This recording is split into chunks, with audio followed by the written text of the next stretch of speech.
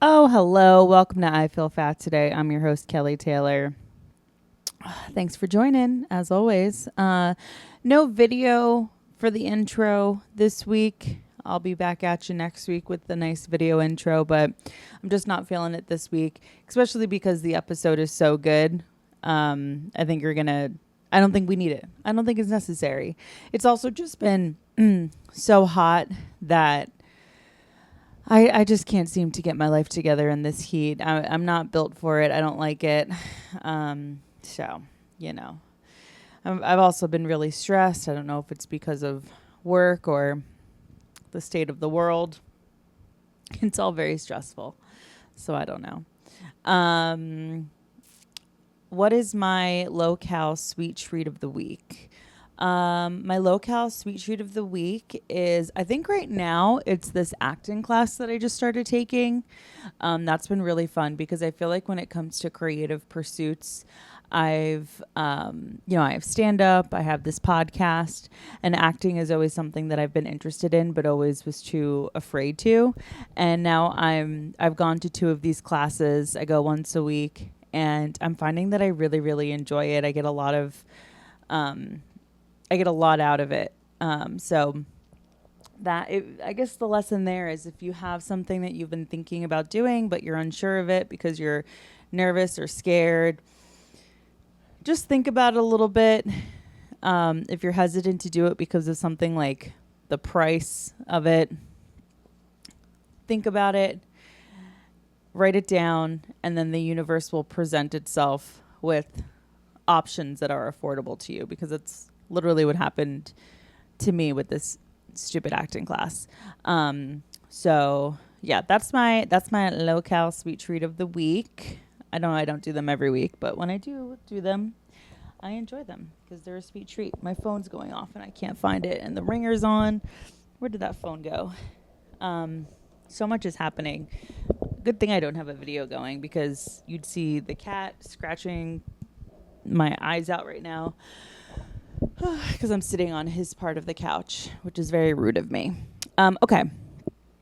Some housekeeping. Subscribe to I Feel Fat Today on YouTube. The subscribers are going up over there, and I really appreciate it. So please like and subscribe over on the YouTube, where we have full video episodes. And then head over to Apple Podcasts to rate and review. Give a 5-star review over there. We're growing over on Apple. If you would like some advice, hit us up at our email at ifeelfattoday@gmail.com. And follow us on social media. You can follow the podcast page at I Feel Fat Today, where we post clips of the show and updates on when each episode is out. And follow me, your host, Kelly Taylor, at Hello, This is Kelly. Okay. I know last week I said I was going to come to this episode with a bunch of different topics, but I'm not doing that. I don't want you to think that I forgot or that I'm welching on that, but there's just some stuff in the news that I've been wanting to talk about. Ozempic being offered in a pill form, Lena Dunham turning down a role in the Polly Pocket movie because of fear of body shaming, Kylie Kardashian coming out on a recent episode and crying over people making fun of her, and the internet having a lot of opinions about that. That's all stuff I want to talk about. I hopefully will get to it eventually, just not this week. But yeah, so did I have anything else I wanted to say before I bring on today's guest? I did my low-cal sweet treat of the week.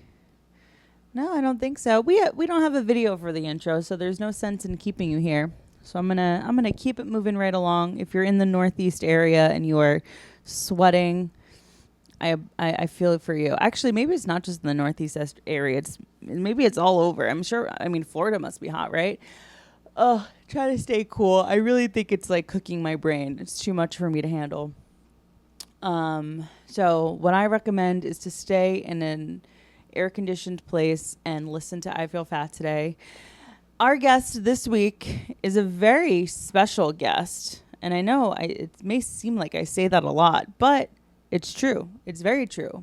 Because this week, My guest is not a stand-up comedian. My guest is my own flesh and blood. That's right. You heard that correctly. My guest this week is my brother. And he has come on to tell us about life as a flight attendant. And you also get to look a little bit under the hood as to why I am the way that I am. If you're a fan of the show and you want to get to know me a little bit more indirectly, I think that this is a good episode for you to listen to. So please welcome to the show my guest this week, the amazing Frank Taylor. Everybody, my brother Frank is here on the podcast this week. Very exciting. Yeah, I'm probably your most famous guest you've ever had. Your most well-known guest you've ever had, I think. I'm sure. You're a big fish in small ponds. Is it cringe to have your sibling on your podcast? I don't know. I don't think so. I've only ever had comedians and someone that's specialized in a field. So I don't know, but you do know the most about me probably out of anybody. Mm-hmm. You've known me the longest out of anybody. But you are specialized in a certain field, which we're going to talk about. I feel like I'm specialized in a couple fields. Yeah. Like being a bitch. Okay, so you work as a flight attendant. Mm-hmm. So how long have you been working as a flight attendant? 2.5 years. Wow, it's been that long already? Yeah. Wow, okay. So you, before working as a flight attendant, you had a pretty good 9-to-5 corporate job. Mm-hmm. So what was it like working in a corporate environment to then transitioning to a more like unconventional schedule and really unconventional job? Well, if there's like one piece of advice I can give to anyone who wants to follow their dreams and they don't know how, it would be you have to marry rich. That's the first step, non-negotiable. That's a really good tip. Yeah. HR managers hate this. Yeah, just yeah. Marry rich, and then you can just do whatever you want. But really, I was working. Yeah, I worked in like different office jobs for like 6 or 7 years. 7 years. Wow. And like each next job was like better than the last one. Yeah. But even like in the last job I had, like I liked my boss, I liked my coworkers. It was 2021, so I got to work from home, right? So there was like, I had everything I could possibly want, and I still didn't like it. And I was just, like, what do I do? Like, what can I do with my life that I'm not going to be like miserable? Like, I have to do this for the next 30, 40 years. And I never thought being a flight attendant would work because Greg, my husband, he is very anxiously attached. Have you read the book Attached? I haven't. So it's basically, there are like different attachment styles. And the goal is to not like change your attachment style. It's to know what attachment style you are and what you need, and know what attachment style your partner is and what they need. And there's like a quiz in the book, and Greg got the highest score possible for anxious attachment, which just means he needs like a lot of attention. Yeah. And so I was like, I could never be away for multiple days at a month. That would never work. And all the things I was thinking of was just like basically going back to school, which is like lighting money on fire, basically. Yep. You've done that. Yes. And so I was like, I'd really like to be a flight attendant. It was kind of like, when you see something in the store with grandma and it's like, man, that would be really nice. And so if I wish I could get it. And then she's like, get it, kid. That's basically what it was like. I was like, I'd really like to do that. Thinking he would be like, no, that's not going to work. But he's like, yeah, go for it. And so far in 2.5 years, he's done a really good job of pretending he's okay with me being away for multiple days a month. Right. Do you think he actually enjoys the alone time, or is he not like us? He does not enjoy the alone time at all. He says the most crazy things to me, like he'll say, sometimes I'm sad to go to bed because it means there are people out there that I'm not hanging out with. Insane. I'll Insanity. never I thought I had a touch of FOMO, but never that. Insane. So he does not like the alone time. He does not crave the alone time. Yeah. Yeah. It's weird. I have a close friend that is like, her biggest thing is being alone. She just hates it. And I love hanging out with people, but man, do it's like a necessity to have the alone time after a hangout. Yeah, absolutely. Like 100%. I have a really hard time hanging out with somebody 3 days in a row consecutively. Yeah. Okay. Yeah. That's awesome. I mean, so number one, have a support system. Yeah. We are trying to function in a capitalist society. And when it comes to you, like, oh, what is it that I want to do? Being a flight attendant, you do have your pilot's license. You are one for the skies. Yeah, and the office work I did, so a lot of it was like aviation stuff. So I always liked being on planes. And I was just like, how can I get a job that just puts me on a plane all the time? Yeah. And so it's a good fit. I actually was having a conversation with somebody recently, and I said, I'll never understand when somebody says to me that they switched jobs and now they're more stressed out at this new job. But the reason why they switched jobs is because at their prior job, I was just collecting a paycheck.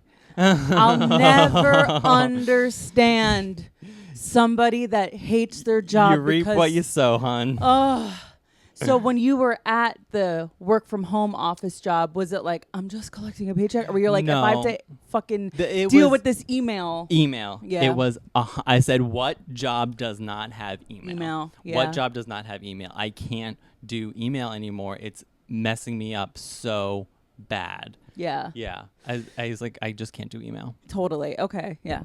Just checking, honestly. I wanted to ask you a little bit about just the look of a flight attendant. And I have a feeling the answer is no. But is there any like guidelines or regulations for the height and weight of flight attendants now?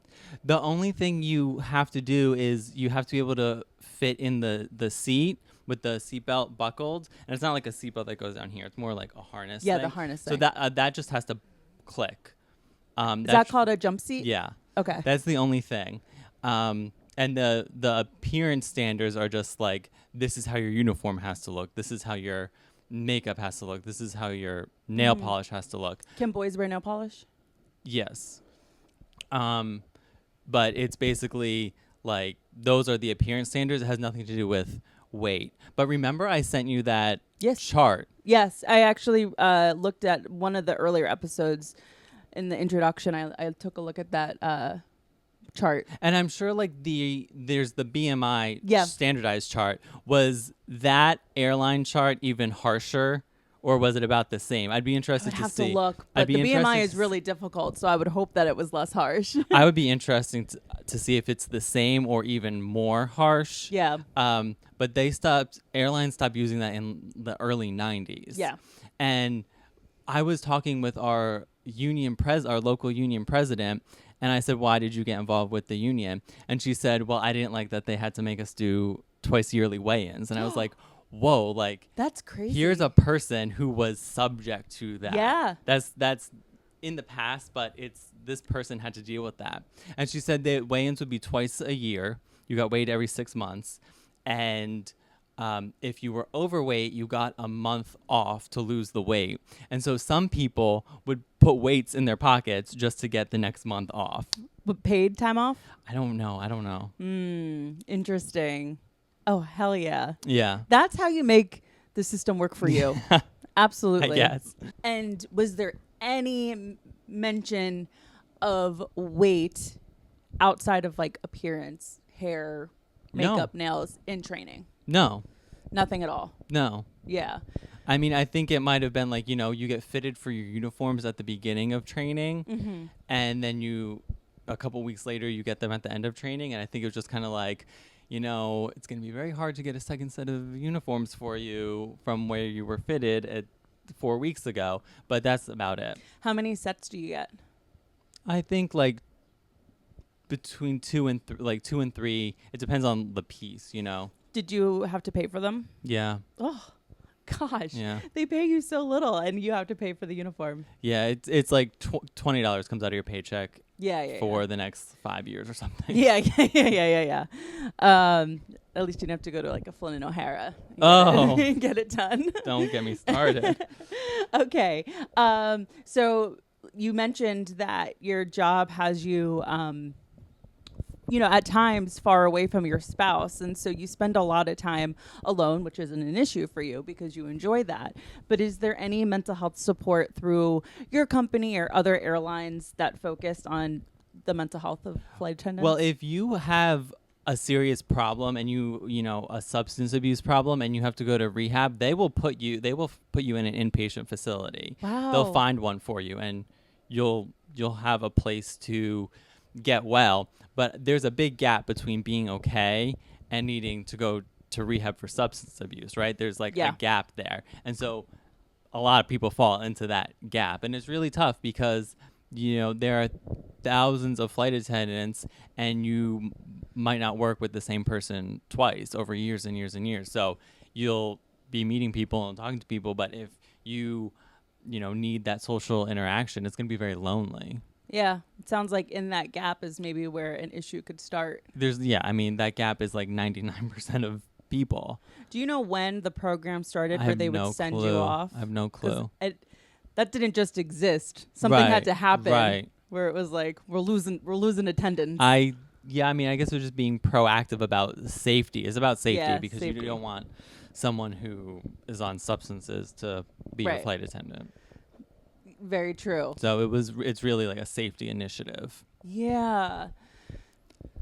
They want people to show up to work. Okay. Yeah.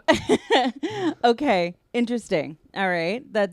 And so outside of that, is there any other sort of programs? That's all that I'm aware of. Yeah. As a flight attendant, dealing with plus size passengers. So is it common for individuals to ask for seatbelt extenders? If there's 200 people on the plane, it's between like 1 and 5. Is it once a flight? If it's a full flight, if there's 40 seats filled, maybe not. Yeah. Right. But you can tell people feel bad about asking sometimes. Yeah. And they ask for the seatbelt extender, and then I give it to them, and then they say sorry. And I'm just like, there's nothing to apologize for. Yeah. I throw that in there to try and make them feel a little bit better, but people are just really hesitant to ask. And I have a long list of pet peeves about things people do when they board airplanes. Asking for a seatbelt extender is not one of them. Not even on the list. No one should ever feel bad about that, and no one should. It doesn't even register. It's just like a thing that's you do. It's like asking for a napkin. That might be on my list of pet. No, I'm kidding. I had a guest on the pod, Chris Metcalf. He was one of the earlier episodes, and he was talking about his dad, and he's like, we somehow started talking about seatbelt extenders, and he's like, my dad gets on the plane and is like not proud, but does not give a shit. He's just like, hey, before I even get to my seat, I ask for a seatbelt extender. Yeah, that's what you do. Yeah. It's sad that people have, that say sorry, because it's like, the sorry, there's a lot in the sorry. They're sorry for inconveniencing you to grab it. They're sorry for existing on the plane. There's a lot there. I know this joke is very old, but look at this paper straw. I know. I have real straws. Do you want me to grab you a real straw? No, I'll be okay. Okay. But that's a joke. I hate to be the sugar guy. Yeah. The sugar guy who's like, there's sugar in everything. But I wanted to get a matcha latte before I came here, but I didn't realize there's not really a Starbucks too close by. There was. So there fucking was. I was like, let me try the matcha at Dunkin'. Let me just see what it's like. And the minute I tasted it, I knew there was sugar, and I looked it up. 32 grams of sugar in a matcha latte, and I'm just like, that's disgusting. Yeah. If I wanted sugar, I would have said with sugar. Right. Why do you automatically add it? So I really hate being the sugar guy because I'm always finding sugar in things. But it was just so I ran and got that. One, there's a lot of good things at Dunkin'. Matcha is not one of them. I am a really big fan of the Dunkin' iced tea because you can get that no sugar. But the matcha is gross, and I wish you texted me. There's a really good matcha place, like literally on the next block. How do you keep track of how many countries you've been to? No, I have an app that I will put every flight I've done. Oh, that's so I cool. can look at that app, but I don't know off the top of my head. this is kind of a basic question, but when you travel, do you like getting a coffee or getting a matcha somewhere? It's like you can just tell the difference from like a French beverage It compared to an it American. it really depends, because even if you're in one of those places, you can still go to a bad Right. place Yeah. in France, you know? So you have to know where to go. It's very hit or miss. But this does bring me to one of the topics I wanted to talk about, which was everyone talks about airplane food, but no one talks about airport food. And oh, so you're so right. when I say airport food, what do you think of? When you get past TSA and you can like take a breath because they Mhm. didn't find the cocaine in your asshole, and it's like, okay, I'm gonna go and hopefully they have a Chick-fil-A. Okay. So that is, hopefully they have a Chick-fil-A is usually what I'm also thinking. Yeah. But it's so, when I'm eating in airports, like sometimes 5 or 6 days a week, Oof. Yeah. it's like a minefield of figuring out what to do. So I have a ranking in my head of what am I going to eat today, and like tier one will be definitely Chick-fil-A, because for reasons that have no basis in science or fact or anything, to me Chick-fil-A is the healthiest fast food. Right. Right? Yeah. Yeah. So because Feels lean. it just feels healthy. Yeah. So even this fried chicken, spicy chicken sandwich feels healthy. But if I'm feeling super healthy, I've gotten grilled nuggets. Yeah. They're not bad. Grilled nuggets. Like, that's crazy. Yeah. I was eating at Chick-fil-A like for years before I was finally like, let me try the grilled nuggets. Yeah. So Chick-fil-A is tier one. Also, some type of bowl, some type of Mediterranean bowl, like roti or cava, or Denver has a place called Garbanzo, some type of Mediterranean bowl. That's like Chick-fil-A, and some type of bowl is tier one, for sure. Yeah. Then like tier two, which is acceptable but not ideal, is a hamburger place that is not McDonald's or Burger King. So Shake Shack, Yeah. Five Guys, Smash Burger, Whataburger, and you can talk all day about the differences between those burgers, but that's not what this conversation is. It's just any hamburger that's not McDonald's or Burger King, because again, for no reason based in fact, those feel healthier to me. Yeah. And then what else is middle tier? Subway is middle tier. But sometimes you just walk up to Subway and you see brown lettuce and it's like, no, gotta walk away. I can't do Subway. Yeah. Today. The smell of Subway Oh. is either comforting or it's mace. Tim Dillon said it smells like they're microwaving a sneaker in Subways. Nailed it. Yeah. So that's middle tier. And then bottom tier, scraping the bottom of the barrel, worst case scenario, is the Hudson News dinner. Oh, It will be beef jerky, yep. Chex Mix, a Kind bar, and a bottle of water, $54. Yep. And it's going to be the most expensive, least satisfying meal you've ever had. Or if not Hudson News, I don't know how to say it, a Cibo Express, CIBO Express. You've definitely been in one, because they will have like 5 in one Yeah. terminal. If Hudson News is the Gen X, the Cibo Express is the millennial, which is to just say more expensive and you do self-checkout. Right, But right. like there's a spot in Newark where I'm pretty sure if I stand there, I can see like 4 Cibo Expresses. Right. It's crazy. If you, or not you, if somebody tries to walk out with a bag of gummy bears from a Hudson News, are they banned from the I airport? have no clue. There's cameras everywhere. There's cameras everywhere. Yeah. So I don't know. There's comedian Mark Normand always talks about how he swipes stuff from the Hudson News, and it's like, brother. Hudson News in the airport is a different animal than Hudson News in, a train station, maybe. That doesn't even register to me. Yeah. There's something about airports. It feels governmental. Yeah. Yeah. It's not something I would ever mess with. Yeah. But it's I'm sorry. I feel like Joe Biden. I lost my train of No, thought. no, you're fine. You're fine. It was a little bit of a tangent. Yeah. Where does Starbucks food go in your ranking? It's a special treat. Not No. the food. A Starbucks drink. Oh, a drink. So Starbucks is not like. I feel like I would be addicted to Starbucks if I was in your line of work. No, I don't really eat the food that much. Maybe sometimes I'll get like a breakfast thing there if that's because also I was never a breakfast person before I was a flight attendant. Yeah. But I had to be because it's like, okay, food is available to me right now and it might not be available to me for like 7 or 8, 9 hours. So I have to eat this right now.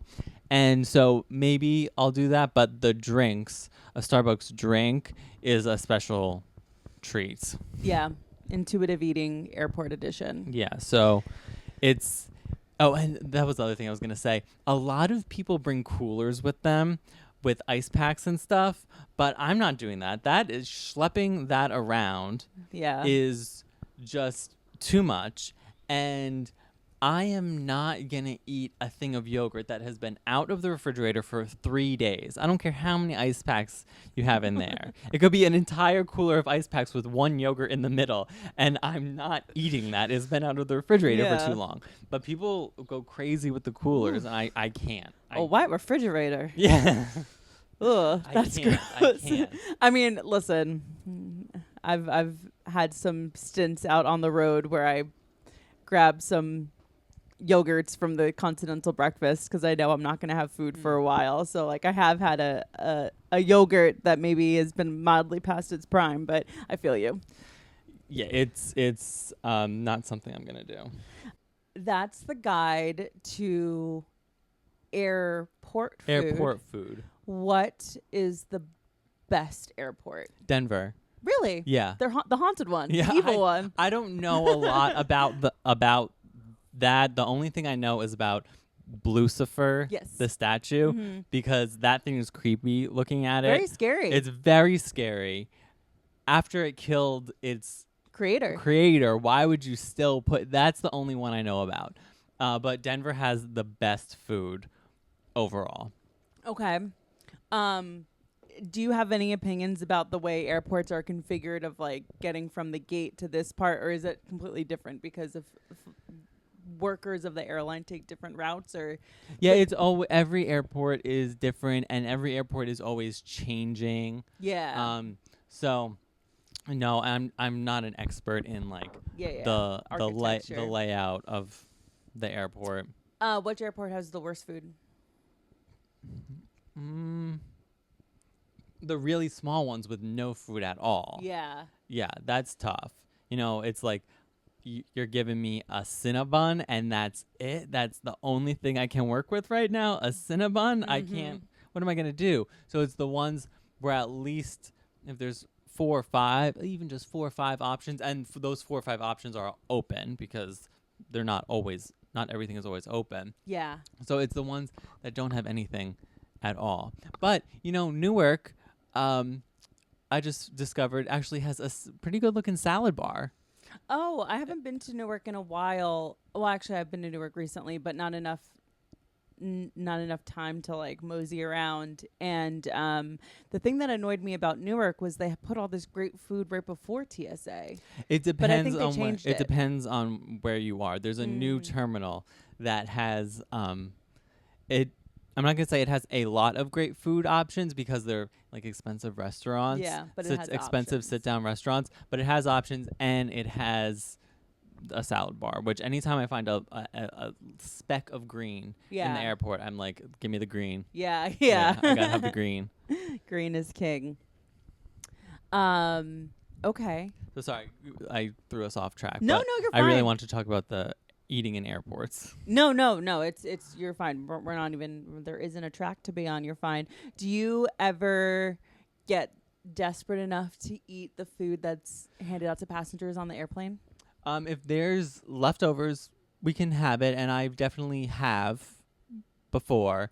But it does get old very fast. Right. The one thing I will never, ever, ever eat are they sell into airports. They sell the like pre-made sandwiches that are in the Uh-huh. plastic clamshells. Yeah. I call them clamshell. They're clamshell. Yeah. Because they clip. They are it's like it'll be a wrap where the bottom of the wrap is so slimy hate and the disgusting. top of the wrap is so dry, and you bite into it and it's 90% wrap with just a little bit of lettuce and a little bit, like one tiny piece of antibiotic chicken. Those, I will eat dirt before I eat one of those pre-made wraps. They're so gross. I could be starving. I could be literally like forgot to eat before the flight. The hunger hits me pre-flight. It's not even my cheapness. It is the fact that I refuse to buy food on an airplane. I don't understand people that do that. Like, I'll eat the meal like that is provided. I've had some flights where I've quite enjoyed it. But I do not understand people that buy the food that's in the pamphlet, the overpriced, disgusting food. Yeah, it is a little overpriced, but it just depends on, maybe that's, there are people who don't look at the prices out there, right? No, yeah, there are totally. people who don't look at the prices, Yeah. and you want your kid to be quiet, so I'll get them some candy, okay, that's something true. like I that. guess kids get a fucking pass. Yeah. And I just thought of a big airport with really bad food options, Orlando. Yeah. It has like an empanada place and a Domino's, and that is all and it's always, the lines are always so long. Yeah, they're so really Orlando, just another reason to not go. No, Orlando Airport is really serving like the most common denominator of America. So I can understand that. The idea of eating Domino's before a flight makes me physically ill. You know what drives me crazy is I'm very particular about flying, like how my stomach is going to be. Sure. You know? And so like the night before a flight, I'm very conscious of like what I'm eating. Usually something green, like nothing fast food, like none of that. Joe will have like something like fettuccine alfredo the night before a flight, and it makes me gag. It's so disgusting. I mean, You have to be physically ready for your flight. does it have an impact on him? Because maybe that just doesn't have an impact on him, and But it doesn't. But I don't see how it can't. Like, what the hell? life is very unfair. No, that's as very you know. true. Yeah, And like some people can just have fettuccine alfredo and it's no problem at all. Yeah, like I cannot. I have started a note in my phone of like, how does this food make me feel? And Papa John's is at the top of the list of like, I'm not allowed to touch it. Like the cramping. And as time goes on, that list gets longer and longer and longer. Yeah. Like, again, going back to sugar, the amount of sugar I had between the ages of, say, like 6 and 16. Yeah. On just take all the sugar I had and average it out, I would have had more sugar in like 1 month in those ages than I do probably in like the whole year now. Yeah. Because it will just make me sick to my stomach. Isn't it crazy? It's crazy how it changes. Are you somebody that gets crazy about the sugar in like fruit? Like, will you not No. eat apple chips? No, I do not look at sugar in fruit. Okay, good. No, it's because I can't stand that. It's the sugar in the matcha lattes. It's the I drink a lot of water on the plane, but I also will put electrolytes in it. Those liquid IVs, you just might as well have a soda instead of having a liquid IV. Dr. Berg's. Oh, okay. The best. I get one from Whole Foods that has I get one from Whole Foods that has just like one gram of sugar. Okay. Yeah. Dr. Berg's has 0. Okay. And they're really good. Okay. Yeah, basically anybody that's really hot that says that they do something, I do it. And Holly Madison was on a podcast and she said she was like raving about Dr. Berg's electrolytes, and so I went and bought them. Not sponsored. Were they expensive? No, not at all. Okay. I may have extra if I do find them somewhere. Okay. I'll give you some so you can try it. Okay. Yeah. What's the you probably does your airline ever switch up the in-flight food, or it just is what it is? Yeah, this route has this food. It gets switched up every quarter. Yeah. Do you have a favorite in-flight meal? No. How much better is first class in-flight meal to economy? No comments. Oh my gosh. All right. Better. Yeah. You get what you pay for. Okay. Great. Love that. Okay, so pivoting a little bit, I think that's all the questions I have about. But you know, my favorite part about being a flight attendant, though, is when I'm working first class and when there's someone in first class who has never been in first class before, it shows all over their face. They cannot hide it no matter how hard they try. And they are just like so excited, and just giving them giving them an extra dessert just like blows their mind. I love that. I get my mind blown when I'm in economy and I don't ask, but they give me 2 bags of sun chips instead of 1. Like, that blows my mind. I feel like I've hit the lotto. Yeah, so I love when people have never flown first class before and they're doing it for the first time, and you know they're taking pictures of them Yeah. and like their maybe their kid or their significant other, and you like offer to take a picture for them. Yeah. And just like you only have to do like the tiniest things and they will like love you. Yeah. Oh, never have I ever flown first class. How do you feel about children in first class? I mean, I'm not paying for it. Yeah, you don't care. I'm not paying for it. Yeah. Do you prefer, because like as a flight attendant, you work different sections of the plane, Yeah, right? And as far as what I prefer, it depends on what route are we doing, Yeah. what time of day is it, what type of plane are we on. So it always It all changes. varies. Yeah. Yeah, I feel like the first time I ever do first class, I want it to be like a good international flight. Like, I want to enjoy all of what first class has to offer on like my flight to Paris. Yeah. You Well, know? haven't you done when you went? That you got was- to business class. It was business. It's the same thing. Oh, okay. So I guess I have. Yeah. See, when you're just like Did your- flowing through the universe, not trying or expecting anything, that's when you get the good stuff. Yeah. Did your seat lay flat and you got? to No, go it to didn't sleep? lay flat, but Oh. it was. I did feel like I was in a movie theater. The Okay. seats were massive. Yeah. Did It you was- Did you fall asleep completely and fully? No, because I had that first class energy where I was enjoying Oh. every aspect of it. Okay. And that was when I was in college, and Yeah. so like I wasn't flying much. And I mean that was still when I was going through that weird, annoying, like super afraid of flying phase of my life.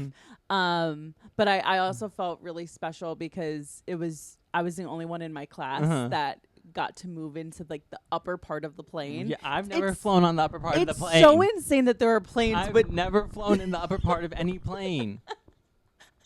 and it was just me, my professor, and her husband that got to be in the upper part. And I think I was in the middle, and it didn't feel like a middle seat. That I'm quite Yeah, it jealous. was You got to great. go in the upper part Yeah, of the plane. it was pretty But great. more importantly is those when you can go to sleep. Like, how many times have you gone to Europe? Like a handful, right? Yeah, less than 5, but yeah. Yeah, but like you get there and like you are so tired, but Yeah. you're like, I want to go and like do everything. When you can go to sleep and you feel like a human being, it's a totally different experience. Oh, yeah, like it is a totally different experience when you get a good night's sleep and then you're gonna go out and be Yeah. a tourist. Yep. I landed in Australia.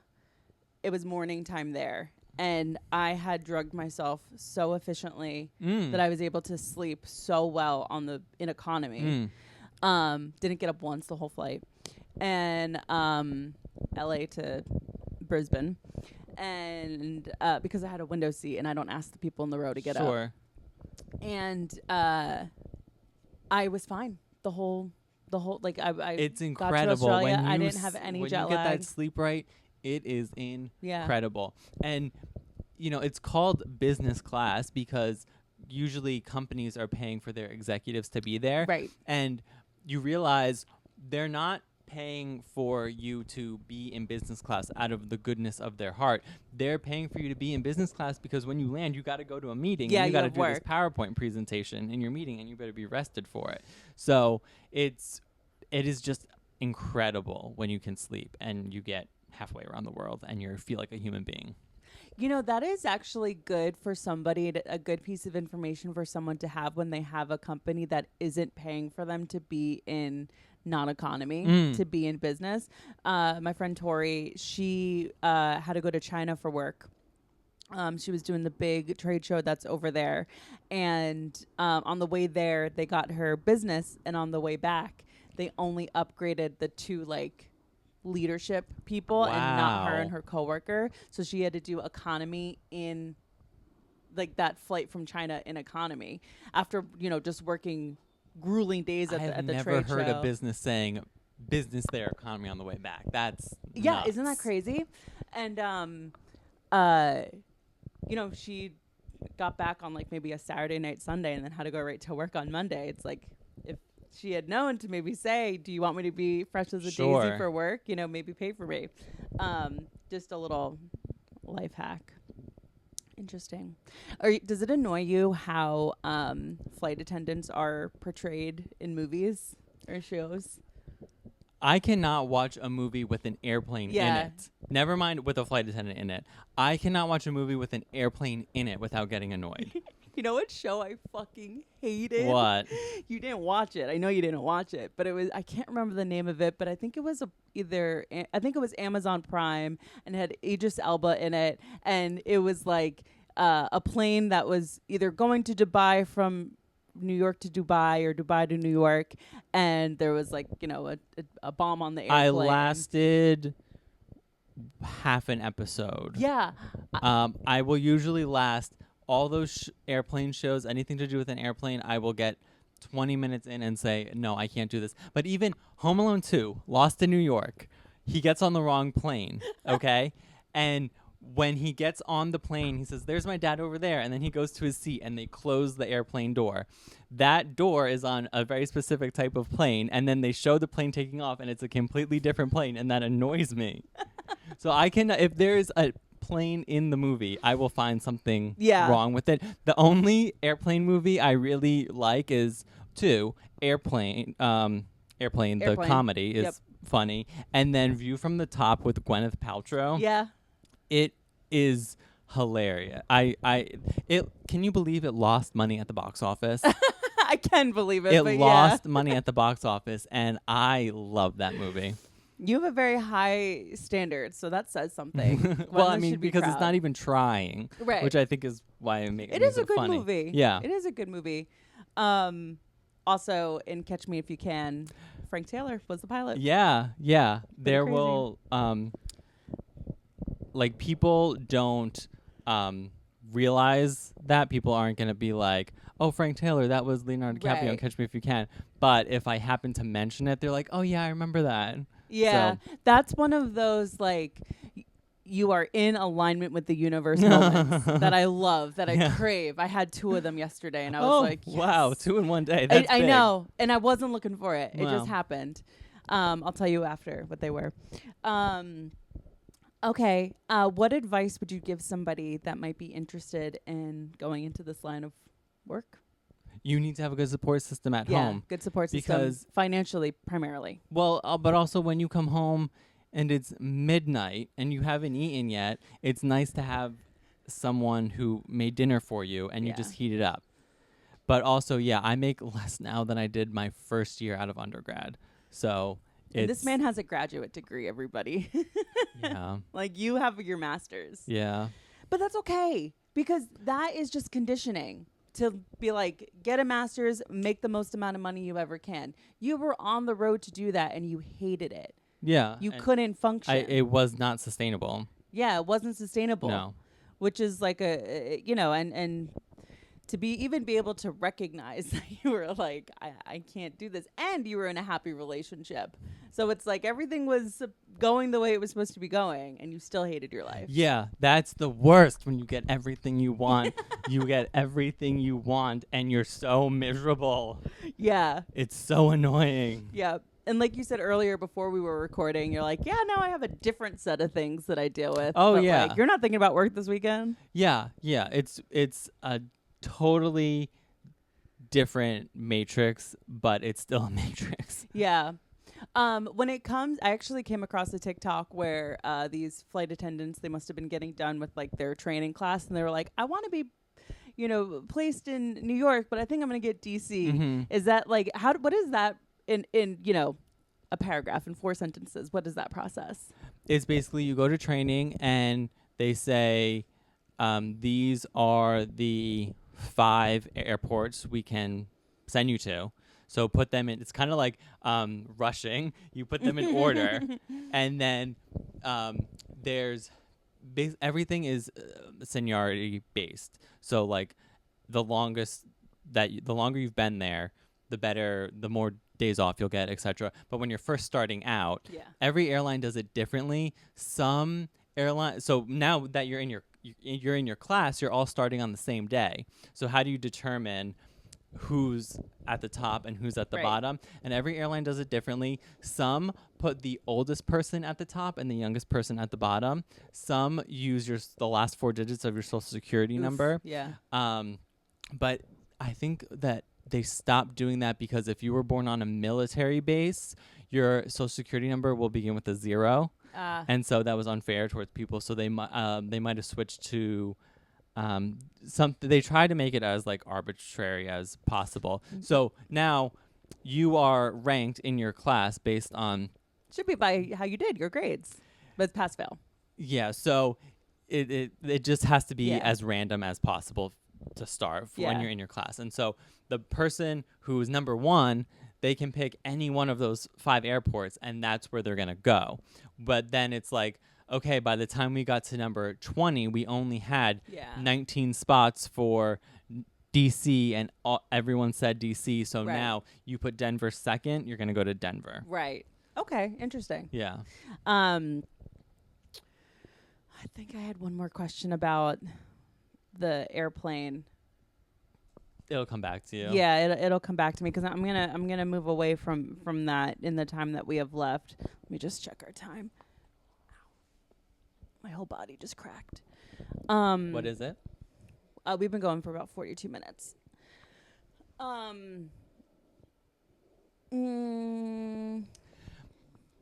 Is there anything else like any like? Oh well, no. Any funny stories or anything? Can you tell the The BBL. No, I have no idea what you're talking about. What about this story about you being held hostage? No. No. Patreon. But the BBL was we were in Miami and someone got a BBL like it looked like that morning. She was like still coming off of her anesthesia. Yeah. And she got on and was like really messed up and she thought she was going to stand for the whole flight. She thought she could stand for the whole flight. And we were like, you need to sit down with your seatbelt fastened. And she was like, no, my doctor said I'm good to fly. My doctor said I'm good to fly. And it's like, maybe you're good to sit. maybe you found a doctor who said you're good to fly, but we need you to be in your seat with your seatbelt fastened for takeoff and landing. And that like sort of she came on just so like meek and mild, like, oh, like I'm so sick. And that person was gone. Yeah. And she was screaming, yelling, like going nuts. And that was the only time we had to have like someone removed from a the flight. plane because she just refused to sit with the BBL. Did that delay things a lot? We were already like 4 hours delayed, so that Oh, was like It was just another another icing on the cake. because then the police came and they said, okay, if we take her off but she's not coming willingly, everyone has to get off the plane. So then everyone had to get off the plane. And did she know this? And she was like, Yes. if you're unwilling. Yes. Oh my God. And so I mean, I thought people were gonna, like cause a riot, but they just got off. Yeah. They just got off. And she still for another like 20 minutes the cops were talking to her. They were like, you can walk off yourself and get on another This never happens. flight Yeah. tomorrow, or you can come off in handcuffs. And she eventually did walk off herself, But I mean, that was a miserable experience. Have you ever had Miami to Philly. Miami to Philly, typical for that route. Have you ever had a known fugitive on the plane? What do you mean? Like, I was watching this one documentary. Actually, the lady in the story did get a BBL, so it's funny that was brought up. But she basically got arrested at the border in Mexico because she had warrants out for her arrest in America, and so she had to take a flight. Okay. She was driving through the border, but they had to take her on a flight to get her back to New York. And the story that she tells is that she, goes on in handcuffs. She's the last one to get on the plane, and they had to tell the flight attendants that there is a fugitive that's going to be on the plane. Yeah, that happens, but they're just like the most like nondescript, normal looking person. Yeah. It's not like it's really not a big deal. Yeah, it's not like Charles Manson. Yeah. What do you have to say to nervous flyers? Just do it more. Yeah, just do it more, and you won't be nervous anymore. Yeah. This is how you got over it. Yeah, no, literally, it was. Yeah. I mean, it's a little bit harder now, but I still, you know what it is? I listened to enough.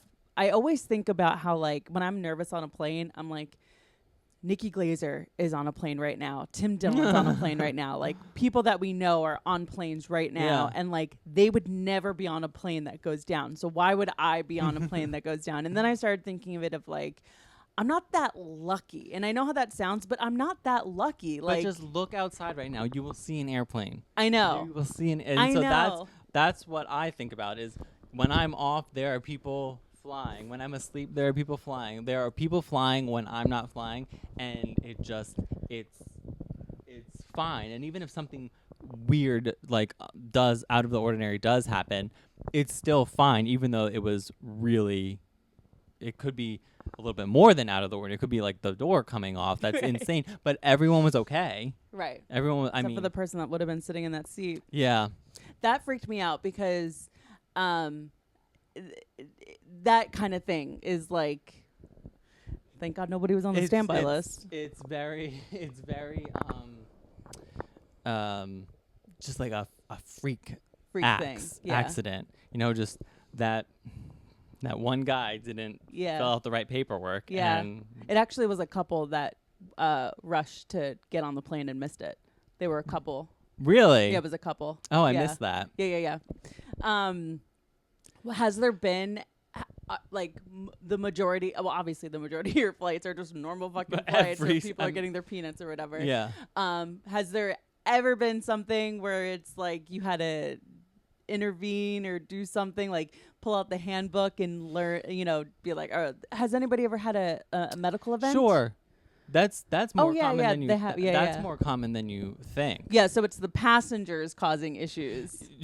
Yeah. That is more common than you think, especially if you're taking a really long flight and there's 350 people. Yeah. Like how 350 people being okay for 10 hours, someone is going to have something happen.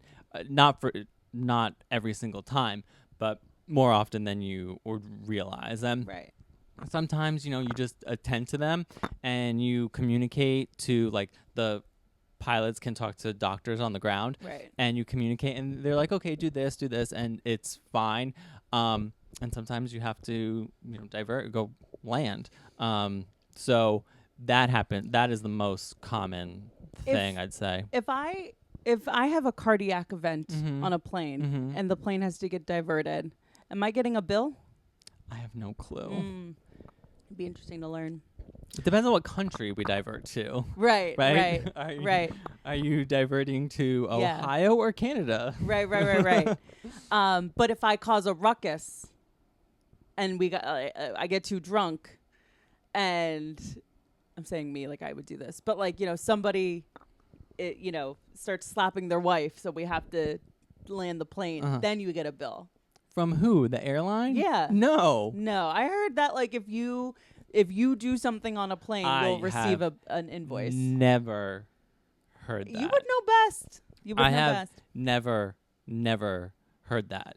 It's it costs a lot of money when that happens, but I'm pretty sure the airline Yeah. eats that cost.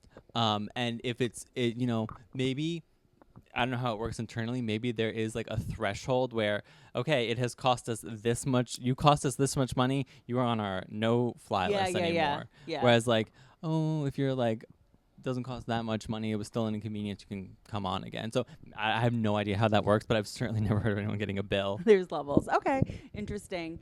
Damn, I had my last question about flying and it just left me. Get a bill for something happening. It must not have been a good question, so it's okay. We'll move on. Okay, so we're siblings, full blood, full-blooded siblings, and we look very different. You've always been this thin. You've always had this body type. Yeah. Yeah, you've like for the most part. Yeah, I would say you're. This is probably. No, I've not actually only ever really known you looking like this. Yeah. Yeah. It stays pretty even. So, have you ever struggled with food? And I don't mean in like a restricting kind of way, but like you were talking about before, how sugar makes you feel really sick. Like, have you struggled with, food hurting your body in the past?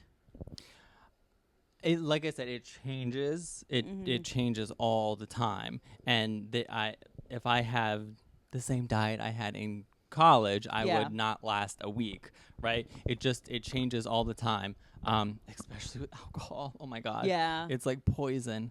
It makes me feel so sick. That's definitely one of the biggest changes. So yeah, every day there's a new thing that I'm just like, nope, not going to do that anymore. This is the most caffeine I've had in a while. Well, that's not true because I started drinking Celsius when I go to the gym, which has an insane amount of caffeine. But I don't drink coffee every single day anymore because that makes me feel bad.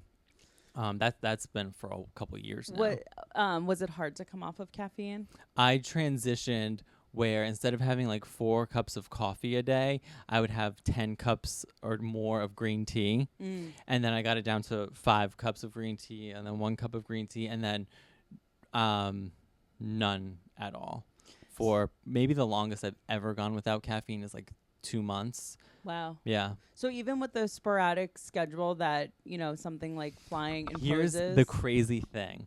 I have more energy without caffeine. Yeah. Because do you drink coffee every single day? Yep, every day. So when you wake up in the morning and you have that, don't talk to me until I had my coffee feeling. Yeah. You start feeling that the night before. So when you're tired the night before, you're actually feeling the caffeine withdrawals. So now when I get tired, I'm just tired. Yeah. I'm I'm not tired and having caffeine withdrawals. And it's like, how do I say this? When I'm tired, I'm only like 30 to 40% as tired as I would have been feeling. Most of that bad night fatigue feeling is you wanting more coffee. Yeah. It's crazy. So like, it's better to not. Yeah. When you have crazy hours, it's better to not drink coffee. What do you do though when you're tired? Basically, you have more energy. Yeah, so because the tired, it's unless you experience it, the tired is just feeling tired, not feeling like death. Yeah. There's a difference. So unless you've like experienced it, it's hard to really describe. But I just feel tired. I don't feel like I'm gonna die. Right. I don't feel like my schedule allows to not have caffeine in it. Like, and I you feel sit like in front of a computer. You gotta have this caffeine sit to in answer front those of- emails. You gotta. Yeah, I gotta have a little buzz going Yeah. to get through my day, and then bring it into the night. Because if I'm lucky, I have stuff to do at night. If I'm fucking lucky, so it's like I gotta. Yeah, I feel like caffeine would be one of those things where I would go through the process of getting off of it, and then like I would be on the road and I'm driving for 5 hours, and it's like I have to have a coffee to get me through it, you know. And then I'm back on the I've fallen off the wagon. Yeah, but back to your original question, I've pretty much always looked like this. Yeah. But what you didn't mention is that I'm also an extremely good and moral person. And so God blesses me with being skinny. Yeah. So my question to you is, have you considered getting right with the Lord? Oh my God. Have you considered a diet of sanctifying grace? No, like how when you see two sisters, one is like clearly prettier. I'm like, you're just the prettier sister. Oh, no. Yeah, you just got the better genes. You just got the good genes. No, I think just get right with with God, basically. I would have to completely change my act, my stand-up act, and that's not happening. But is that, I said that because, is that what it felt like growing up? Like the Catholicism of it all? Like you are like, there's this flaw, so you're a bad person. Yeah, I've never felt like a good person. I've never, I feel like it's been so conditioned in me to hate my body no matter how it looked. So I've only ever known a dislike. So I've never actually, I don't know if I've attributed it to being a bad person, but I have thought of myself as a piece of shit because of, like I'm not a better person. And but where does that feeling come from? I feel like it comes from just like the Catholic school and like the morals like put on that comes from somewhere. Yeah. I mean, I think that's layered. That question is an onion because it's like, Catholicism alone, you have the fact that gluttony is one of the 7 deadly sins. So I'm a sinner on top, as like the number one thing, aside from the original sin that I was born with. Exactly. And then there's also like the fact that I'm not virtuous enough or reverent enough to, be able to avoid things that does cause, weight gain. I'm enjoying a normal dinner when I could be having a lean cuisine. Particularly eating meat on Fridays. Yeah. Those meat on Friday calories count for like quadruple. That's so funny. I might take that. Do for it. Yeah. Go for it. Yeah. I do kind of like laugh to myself now when I realize I'm eating meat on a Lenten Friday. Because in college, I don't didn't. even know when it is. Yeah, you don't know. I don't when it's even Lent. know when Easter is. Yeah. I do not have any clue. Something you listeners may not understand is that my brother has figured out how to get out of every fucking holiday. That I didn't go to Easter this past year. Uh-huh.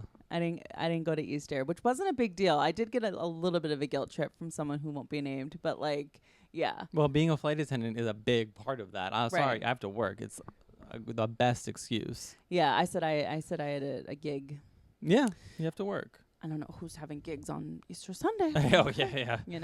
Nobody gets married in a church anymore. Mm-hmm. Yeah.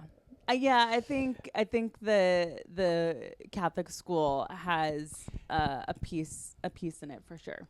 Definitely. Slightly off topic, but still on the topic of Catholic school. So because sometimes I've listened to a few episodes and there are things you've mentioned that I remember that are completely neutral events to me. Oh, okay. Like what? When we're eating a regular meal and grandma's eating a lean cuisine, that is something I remember, but that was a neutral thing to me. That doesn't mean it was neutral. It just means to me it was neutral. Yeah, to me that was catastrophic. And so I forget what. Oh, so like memories are like weird like that. So this is not deep at all, but I'm still gonna be careful how I word this question because I want to hear it from you. Trigger warning. No, I want to hear it from you. It's not deep at all. But when we were in, I guess like I was either in 1st or 2nd grade, so you would have been in kindergarten or 1st grade. Yeah. Our school lunch, Monday, Wednesday, Friday, it was pizza. Mm-hmm. What was it on Tuesdays and Thursdays? McDonald's. It was McDonald's. Yeah, it was McDonald's. How crazy is that? That's insane. I'm so glad you said McDonald's, and I'm so glad that I'm not crazy. Yeah.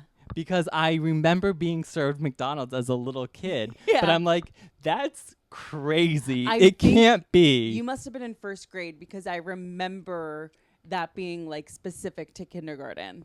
Okay. Yeah. So, and it didn't last long. No. But they were still doing that. And then I guess around, it would have been late 90s, Yeah. right? They were like, okay, we can't be giving kids pizza and McDonald's for school lunch. Was it that we can't be giving kids pizza and McDonald's for school lunch, or was it budgetary cuts? I don't know. I bet you it was a budget. Do you remember how much a school lunch cost? It went up, but it was The original price. the original. I can't remember the original price, but I feel like the most expensive wasn't more than $4. That would have been like later, Like high school. 7th, 8th, 9th grade. Yeah. But the original price was $2.25. $2.25. And I don't know why I remember that. feels high. I don't know why I remember that, but it sticks out in my mind all the time, because when I'm at Hudson News and I get a $3.50 Kind bar, I'm Yeah. like, I got a whole school lunch, whole school a whole lunch. McDonald's for less than this Kind bar. Yeah. Do you ever reminisce about the food that was served, like the smiley fries? Not really, Me because neither. if you want smiley fries, you can get them. Yes, but you know what you can't get? The chocolate chip cookies that was sold at the concession. But think back to how gross they were. Disgusting. They were so disgusting. gross. They were in wax paper, and they were so greasy you could see through the wax paper. It wasn't even like you could see through paper. You could see through wax paper. Yeah, They all soaked the through cool wax. girls got one chocolate chip cookie and an order of French fries. And the pretzels that were filled with cheese Yes. tasted like chemicals. Yeah. I've never had a food that tasted more like Drano in my life than a pretzel with the cheese inside. Like it would burn your tongue. Yeah. It was so chemically. Yeah. Oh, that's so funny. And this was the healthy food once they got rid of the McDonald's. Yeah, this is the replacement. The number one thing, if you were going to ask me the number one thing that stuck out to me about our school lunch. Now, listener, please remember, from kindergarten through senior year of high school, we ate lunch in the same room. In the same room. Our whole lives. And the number one thing is just how vile the peanut butter and jelly sandwiches were. Oh yeah, they it looked like someone made the peanut butter and jelly sandwich and then like put them in a dryer and let them go around, because they would look like a softball. Why does it look like a softball? Yes, and they would be wrapped in the cellophane. So they was a softball. Yeah. It really was a softball. I just remember the jelly seeping through the white bread. I never touched it in my life. I never ate that. And I know another thing I was gonna ask you about. Weight Watchers candies. Yeah, yes. When I say Weight Watchers candies, what comes to mind? It's so funny. Last week I just was having a conversation about really delicious protein bars that were diety, but Ugh. and they weren't delicious, but at the time we ate them up. I would say Chemically Addicted at the time. Yeah. Really, you had that much? Yeah. You had that much Weight Watchers candy? Yeah. And you're talking about like the almost like faux Twixes. Well, where they were thin. there's different varieties. Mm-hmm. So I think there were two things. There were chocolates that were co-branded between Weight Watchers and not Dove. Russell Stover's, Dove? Whitman's. Whitman's. Oh. They were co-branded Oh yeah. between Weight Watchers and Whitman's, and just looking at the packaging, I could tell like that's gonna give me diarrhea. Like it doesn't look. It's yeah, not. I didn't really like those I so much. no, but And what I'm thinking of might not have been Weight Watchers, but still diet. no, it was branded Weight Watchers and Whitman's, and then there was and it had the point on it, and then there was Mom had this candy that it was about the size of a gummy bear, only it was completely square. And I remember it this. but it was much harder than a Yeah, gummy yeah. bear, and you could just like bounce your jaw up and down on that for forever, and Yeah. it would last forever. And I was trying to figure out the name of it, so I went on, I found it on Reddit. looking for old Weight Watchers candy. This is a long shot, but I used to do Weight Watchers in 2008 to 2010, so that time period. At a store near the front desk, they would have a specific candy, everything I just said. And then someone said they were called Fruities. Fruities. They were called Fruities, and they tasted so good. Yeah. They don't make them anymore. Remember the And grape flavor. someone in the comments said, could Now and Later serve as a stand-in? No, Now and Later No. cannot serve as a stand-in because that will take your filling out so Yes. fast. These, you could just bounce your jaw up and down on that thing. It was an ideal mouthfeel. And it would take so long to break down. So long to break down. An everlasting gobstopper. Yeah, pretty Yeah. much, but soft. But better. But Yeah. better. But better. Yeah, and so Mom had those would like pop up like Yeah, around yeah, the yeah. house every so Yeah. often, and I loved it I when know they popped up. nothing of the food in the house was consistent. It always would pop up. The only thing that was consistent in the house was, for the longest time, regular Coca-Cola, until I remember the big switch to Diet Coke. The house always had Diet Coke, and it not 100% of the time, but I would say maybe 68% of the time, Arizona iced tea. The jug of Arizona iced tea was in the house. And yeah. And I know a question you ask a lot is like, oh, what's like something about food when you were younger that still sticks with you, right? For me, and I'd be interested if you ever talked about this. For me, what I remember most about food is food was treated like it was very scarce. This gallon of milk in the refrigerator is it's the last gallon of milk in the known universe. Yeah. There is not a store 5 minutes away where we can go and get another gallon of milk.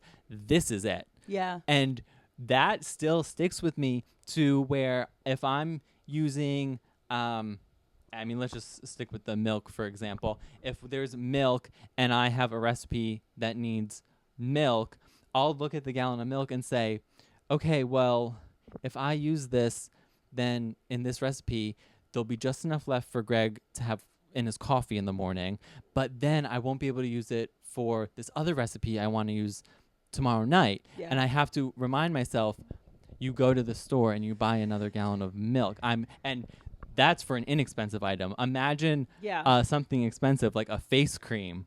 Right. You know, do Yes. you do that? No, it's funny that you're pointing it out because I've always had that as a feeling, but I don't think I've ever vocalized that. Okay. Because the thing that stands out to me for that is sips. Iced Sure. tea. It's Yeah. I use and milk. but milk 100%. I use milk as an example, but it was Right. everything in the house. Yeah.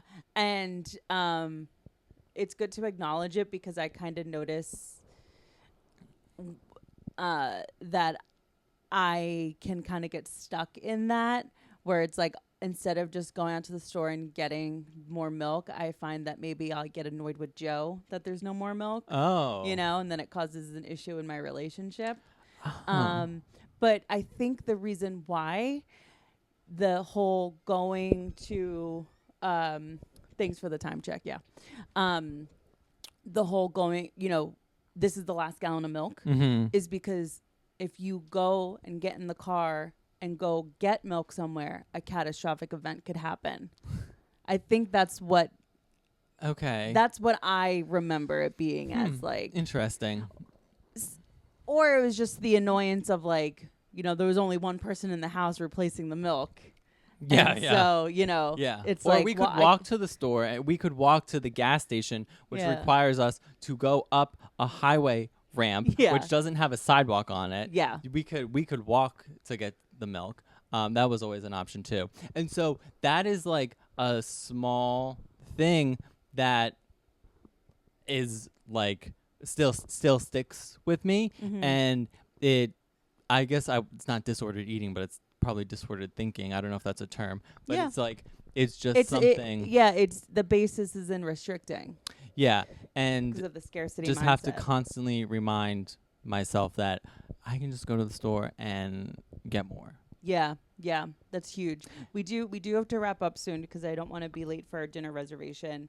But did you notice the pressure that was put on me around weight, or was that just background noise? Like it wasn't. Well, even that's why I brought up the Catholicism, because it's like there's this one flaw. So whatever Yeah. flaw you have is going to be magnetized Right. or magnified, not Yeah. magnetized, magnified, and just made to be so much worse. So it's such a terrible thing. Yeah. Yeah. Yeah, because you really. So it didn't matter what it was. It would have Right. been something. There couldn't be one singular thing. Like I remember even when I dyed my hair blonde, it was like, why'd you do that? You know. Or, getting a tattoo. Oh, forget it. Yeah. Forget it. Why do you think we're so different? I don't know. I have no idea.